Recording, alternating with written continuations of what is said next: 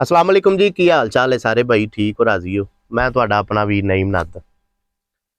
ਅੱਜ ਅਸੀਂ ਥਾਣਾ ਵਾਂਡੋ ਦਾ ਇੱਕ ਪਿੰਡ ਕੋਟਲੀ ਮਕਬਰਾ ਉਹਦਾ ਨਾਂ ਹੈ। ਕੋਟਲੀ ਮਕਬਰੇ ਦੀ ਉਹ ਨਾਂ ਪਿੰਡ ਦਾ ਤੇ ਕੋਟਲੀ ਹੈ, ਲੇਕਿਨ ਮਕਬਰੇ ਦੀ ਵਜ੍ਹਾ ਤੋਂ ਕੋਟਲੀ ਮਕਬਰੇ ਦੀ ਉਹਦਾ ਨਾਂ ਪਿਆ ਹੈ। ਇਧਰ ਵਿਖਾਇਆ ਜੀ ਇੱਕ ਮਕਬਰਾ। ਬਾਕੀ ਗੱਲ ਬੜੀ ਕੀਮਤੀ ਹੈ। ਅੱਜ ਦਾ ਮੈਸੇਜ ਵੀਡੀਓ ਨੂੰ ਐਂਡ ਤੱਕ ਵੇਖਿਆ ਜੀ। ਇਹ ਛੋਟਾ ਭਾਈ ਹੈ ਆਪਣਾ ਵਸੀਮ ਭਿੰਡਰ, ਹਾਲ ਮੁਕੀਮ ਇਟਲੀ ਹੈ। ਪਿੰਡ ਦਾ ਅੱਗੋਂ ਭਿੰਡਰ ਹੈ। मेरा ख्याल एक वर्षा 8-10 साल तो ही बाहर कितनी देर हो गई है ਤੁਹਾਨੂੰ ਬਾਹਰ? 10 ਕੁ ਸਾਲ। ਅੱਛਾ, ਅਸੀਂ ਇੱਥੇ ਬੈਠੇ ਅਸੀਂ ਸਮਝਨੇ ਆ ਕਿ ਅਸੀਂ ਬਾਹਰ ਦੇ ਮੁਲਕ ਹੋਈਏ, ਇਟਲੀ ਹੋਈਏ, ਕੈਨੇਡਾ, ਕਿਸੇ ਯੂਰਪ ਦੇ ਮੁਲਕ ਚ, ਕਿਸੇ ਅੱਛੇ ਕੰਟਰੀ ਚ, ਤੇ ਸਾਡੇ ਮਾਮਲਾ ਤੋਂ ਮੈਂ ਉਹਨਾਂ ਨਾਲ ਪਿਆ ਡਿਸਕਸ ਕਰਨਾ। ਮੈਂ ਚੁੱਲੂਰ ਹੋਇਆ, ਮੇਰੇ ਅੱਗੇ ਬੋਕਰ ਹੋਏ।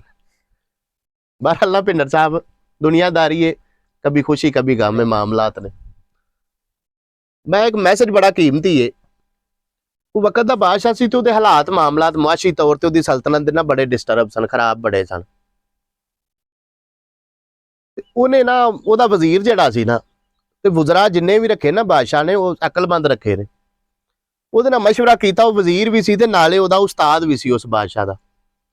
ਉਹਨੇ ਆਪਣੇ ਵਜ਼ੀਰ ਨੂੰ ਸੱਦਿਆ, ਆਖਿਆ ਉਸਤਾਦ ਜੀ ਗੱਲ ਇਹ ਵੇ ਕਿ ਮੈਂ ਜਿੰਨੀ ਕੁ ਮੇਰੀ ਅਕਲ ਸਮਝ ਹੈ ਨਾ, ਮੈਂ ਉਹਦੇ ਮੁਤਾਬਕ ਹਰ ਮੁਮਕਿਨ ਕੋਸ਼ਿਸ਼ ਕਰ ਲਈਏ ਤੇ ਮੇਰੇ ਕੋਲ ਜਿਹੜਾ ਨਾ ਮੇਰੀ ਸਲਤਨਤ ਦੇ अपना मुआशी मामलात नहीं पर ठीक होंगे, ते कोई मशवरा दिओ। हाँ तुसी भी उमर सीधा बंदे हो, समझदार हो, मैनू दसो मैं की करा।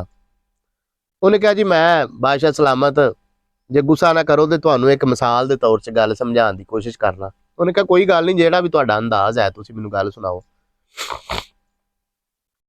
उन्हें गल सुनाई। उन्हें आख्या कोई जंगल का बादशाह सी, पूरे जंगल के उत्ते पता शेर का राज हुंदा।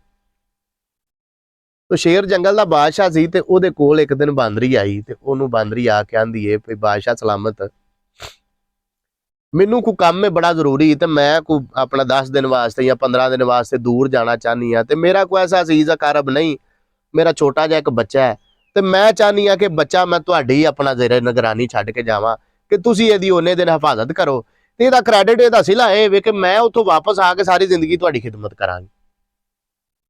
उन्हें कहा मुश्किल नहीं है, मैं जंगल का बादशाह वा, मेरे जिंदे कोई नूं हथ ला सकदा। चलो बच्चा उन्होंने दे गई, आप टुर गई बांदरी। वो बादशाह ने जिधर जाना ना, बच्चे नूं मोढे दे उत्ते भाला ना, तो उन्हें उत्तों वाल जा फड़ लैने करने शेर दे, जत जी पता हुंदी है वाल। उन्हें वाल जा फड़ लिया, जिधर नूं जाना ते बच्चे ने उत्ते बैठे आना।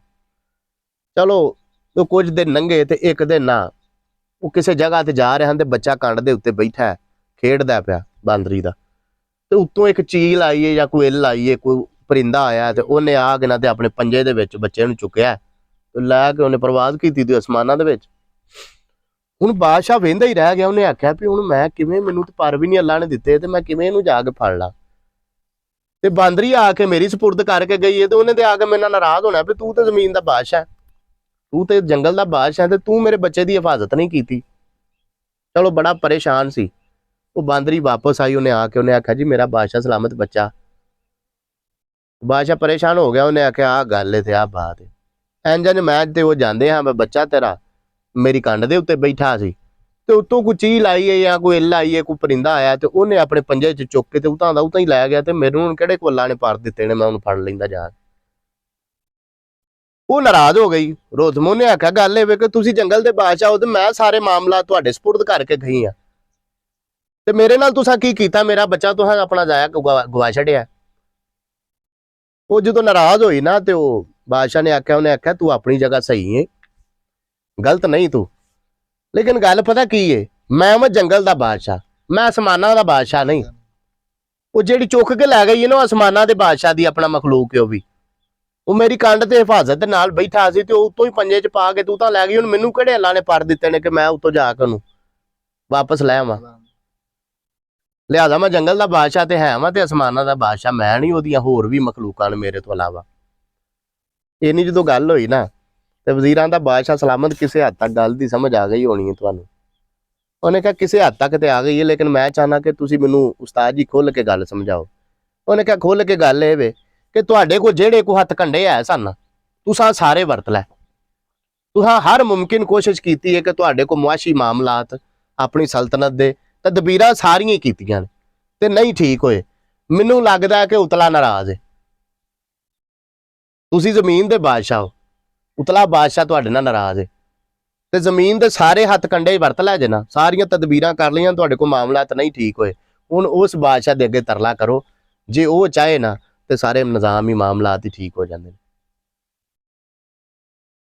तो मैसेज दी समझ आ गई होनी है। मेरा गल समझाने का मकसद ये वे कि दुनिया ते हर बंदे ही किसी ना किसी एंड तो किसी ना किसी वजह तो परेशान है ते अगर ओदियां सारियां कोशिशां दे बावजूद भी भाई वसीम ओदे कोल नहीं ना मामला ठीक हुंदे पै ते माह रमजान दा महीना है, बड़ा बाबरकत महीना है, अपने अल्लाह दे अगे सजदा रेज हो के ओदे नाल हम कलाम हो के ओदे नाल गल्लां बातां करके ओदा तरला करन ना ते ओदे वाहदा उला शरीक है ना, हर चीज ते कादर है, हर चीज दा खालक है, वो कुछ भी कर सकदा है। अल्लाह ने मैं पूरी कायनात दी दिली मुराद पूरी कर दियां ते मेरे खजाने च सूई दे नक्के बराबर भी कमी नहीं हुंदी। अगर कोई बीमार है तो वह भी ओहदे नाल रजू करे, अगर कोई कर्जे दे विच फसिया है तो वह भी ओहदा तरला करे, अगर कोई परेशान हाल है किसी होर वजह तो वह भी अपने खालक नूं मनाए। अगर वो नाराज तो फिर तुहाडे दुनिया दीयां तदबीरां काम नहीं आउणियां। अगर वो राजी हो जाए तो फिर मैं समझना वा कि तदबीरां ऑटोमैटिकली तुसीं गलत भी करोगे तो सही होएगा। ठीक है जी। तो मेरे मैसेज की समझ आ गई होनी है। अगर वीडियो चंगी लगी तो इनू लाइक तो शेयर जरूर करो तो दूसरा जेडे भाइयों ने चैनल नू सबसक्राइब नहीं किया वो चैनल नू सबसक्राइब कर लैन। तो इंशाल्लाह मिलने एक नवे व्लॉग दे नाल। अस्सलाम वालेकुम।